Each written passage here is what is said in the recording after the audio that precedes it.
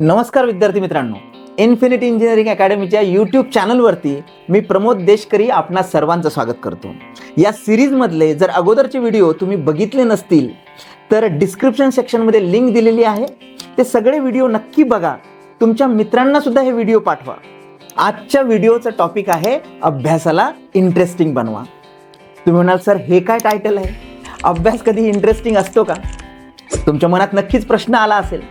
आवडीने अभ्यास कसा करायचा हा सगळ्यात मोठा प्रश्न, बरोबर आहे. आणि सगळ्यांच्या मनामध्ये हा येतो. यावर उपाय या व्हिडिओमधनं आपण बघणार आहोत. त्याच्यामुळे व्हिडिओ शेवटपर्यंत बघायला विसरू नका. आणि आमच्या चॅनलला सबस्क्राईब केलं नसेल तर आत्ता सबस्क्राईब करा, लाईक करा आणि तुमच्या 5 मित्रांना या व्हिडिओची सुद्धा लिंक तुम्ही शेअर करा.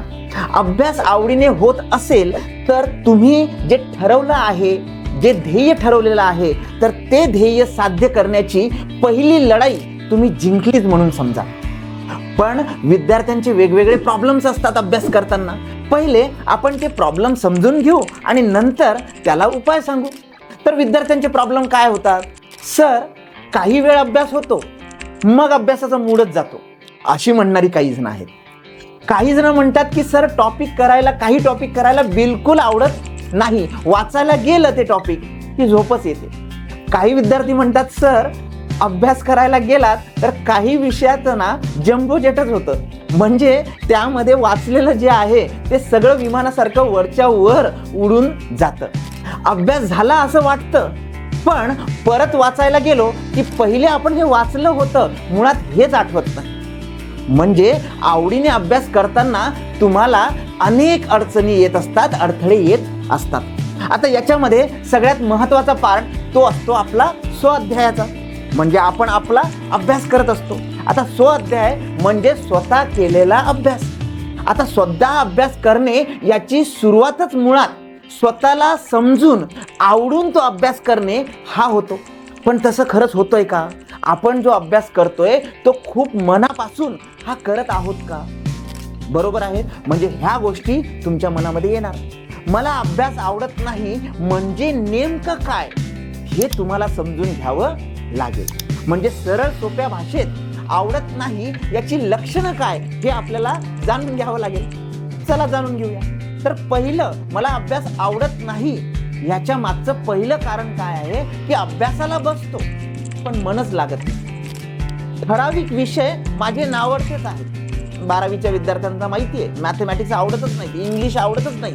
इंजिनिअरिंगच्या विद्यार्थ्यांना माहिती आहे सॉम बिलकुल आवडत नाही, स्ट्रक्चर विषय आवडत नाही, इलेक्ट्रॉनिक्स अजूनच आवडत. म्हणजे काही विषय हे नावडते आहेत. काही टॉपिक हे बोरिंग वाटतात काही जणांना 10 मिनिटं सुरुवात केली की सुरुवातीला छान वाटतं, नंतर बोर व्हायला वेळ लागतो किंवा बोर होतं. बरोबर आहे.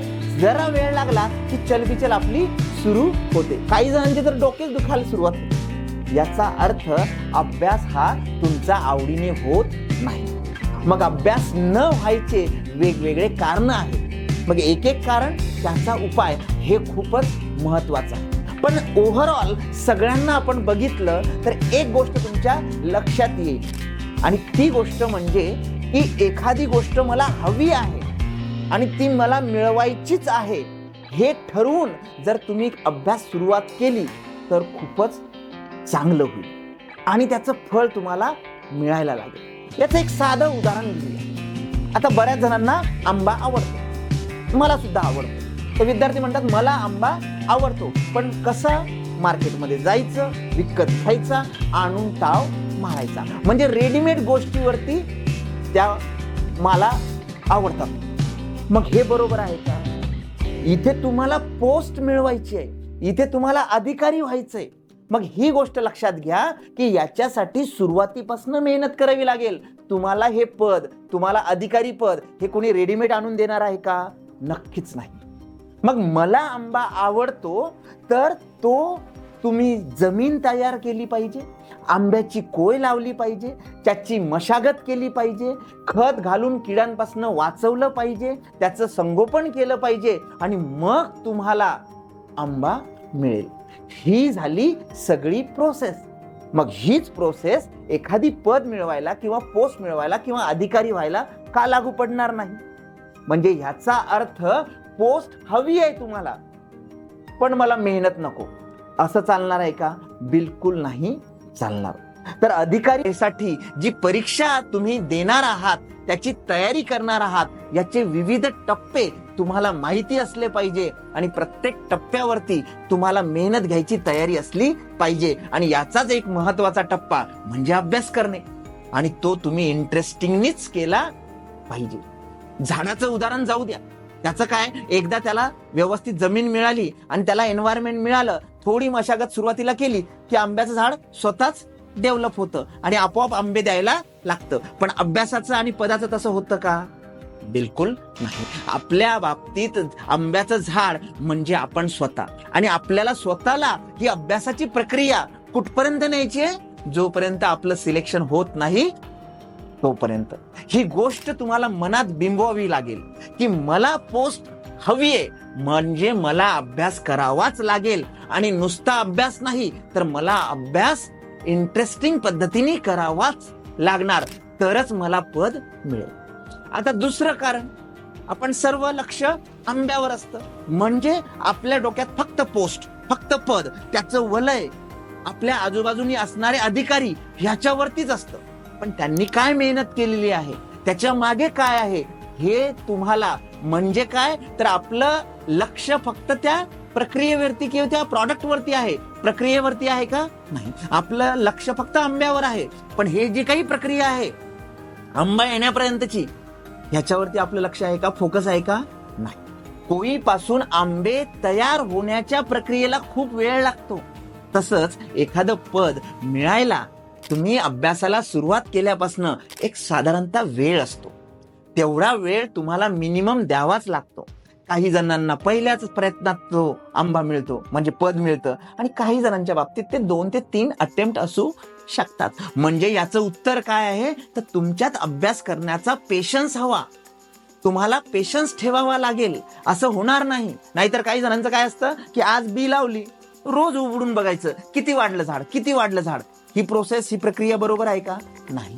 त्याची ती वेळ आहे, त्याला सगळ्या तुम्हाला इनपुट द्यावं लागेल. आणि तसंच अभ्यासाचं, मला लवकर पोस्ट हवी आहे, ही मानसिकता अभ्यासात निरसता किंवा ज्याला म्हणतो आपण तिथला इंटरेस्ट ती घालू शकते. मग अशा वेळेला तुम्हाला एक डिफिनेट टाइम फ्रेम समजून सांगावी लागेल की बाबा रे, हा पर्टिक्युलर पिरियड मी माझं पूर्ण 100% देणार, आणि त्यानंतर नक्कीच मला पद मिळणार. म्हणजे काय, शांत राहून अभ्यास करणे हा एकमेव पर्याय आहे.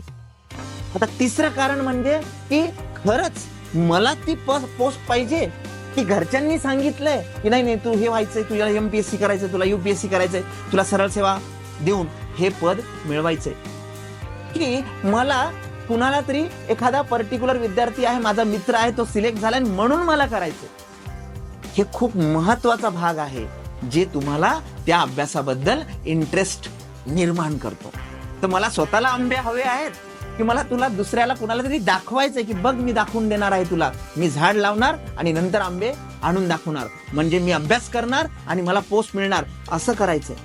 असं जर तुमच्या मनामध्ये असेल तर नक्कीच तुमचा जो मार्ग आहे तो काहीतरी वेगळ्या दिशेने जात आहे. म्हणजे मला स्वतःला अधिकारी व्हायचे आहे की मला नातेवाईकाला दाखवायचे, याचं उत्तर तुमचं तुम्हाला कळलं पाहिजे, तरच इंटरेस्ट निर्माण होईल.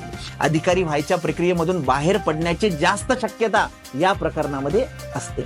एक परीक्षा दिली की पोस्ट कधी मिळणार, दुसरी परीक्षा दिली की काय झालं रिझल्टचं, असं करून चालणार नाही.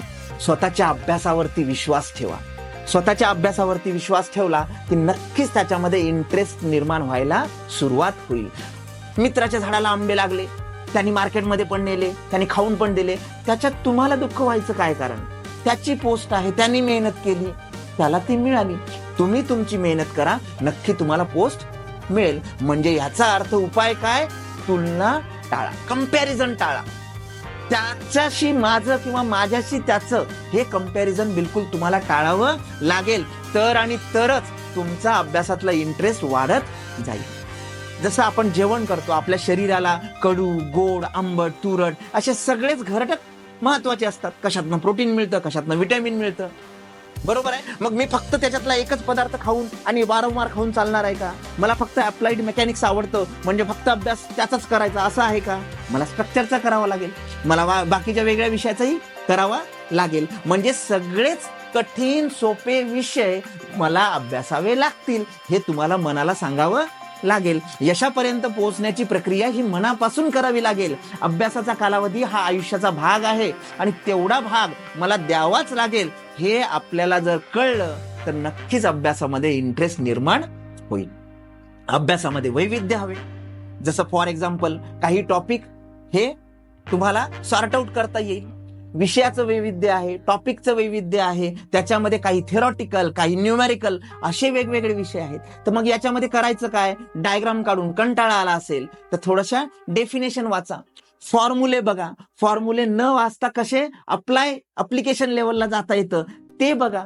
विषयाचे कठीण सोपे असे भाग पाडा. नेहमी मी सांगतो, सकाळी सोपा विषय घेतला तर रात्री कठीण विषय घ्या, सोपा टॉपिक घेतला कठीण टॉपिक घ्या, मीडियम घ्या, अशा जोड्या घ्या.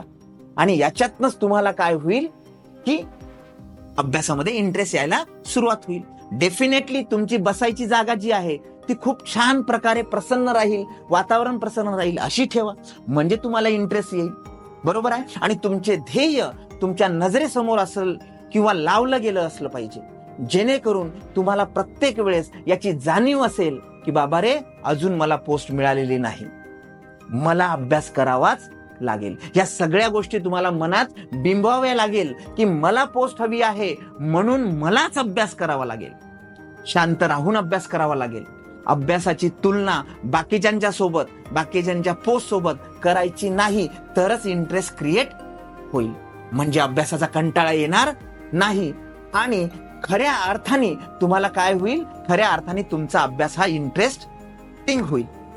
विद्यार्थी मित्रांनो, हा व्हिडिओ जर तुम्हाला आवडला असेल तर तुमच्या 5 मित्रांना नक्की याची लिंक शेअर करा. अगोदरचे व्हिडिओ बघितले नसतील तर नक्की बघा. अधिक माहितीसाठी 788 781 1411 स्पर्धा परीक्षा, इंजिनिअरिंगशी संबंधित परीक्षा, कुठल्याही विषयावरती जर तुम्हाला माहिती हवी असेल या नंबरवरती नक्की संपर्क करा.